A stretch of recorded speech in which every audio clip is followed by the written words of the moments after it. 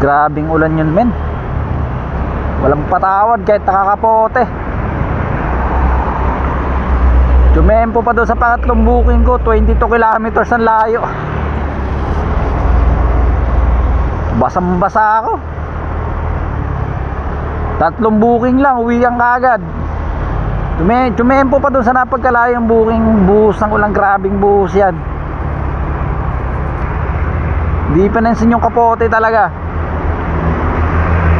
Buti na lang maganda magbigay si ma'am. Naawa yata sa akin, sobrang layo. Tapos basang-basa pa kami parehas. Siya kahit nakakapote siya, basang-basa rin siya eh. Grabing ulan yun. Buhos malala talaga.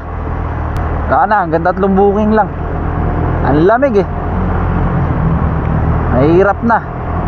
Uwian ko na lang to. Na-pick up ko dun sa Banawi area, nagpahatid sa may bagong silang Caloocan. Grabe. Buti galante si ma'am magbigay. Kahit pa paano.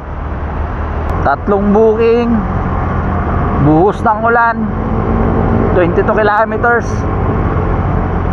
ikwas uwian. Hawit na yan. Ano ba naman yan?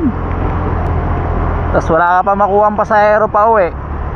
May destination, wala man lang isa. Wala man lang naligaw galing ng Caloocan, bagong silang pa uwi. At may nakuha man lang sana ng isa eh. Wala talaga. Tingnan, napakalamig na. Buti na lang din yung pangalawang booking ko, kahit na medyo malapit lang, sa mga 8 kilometers lang eh.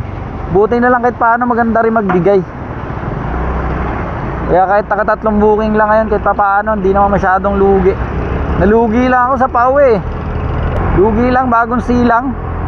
Pauwi ng QC, wala man lang napulot kahit isa, may destination.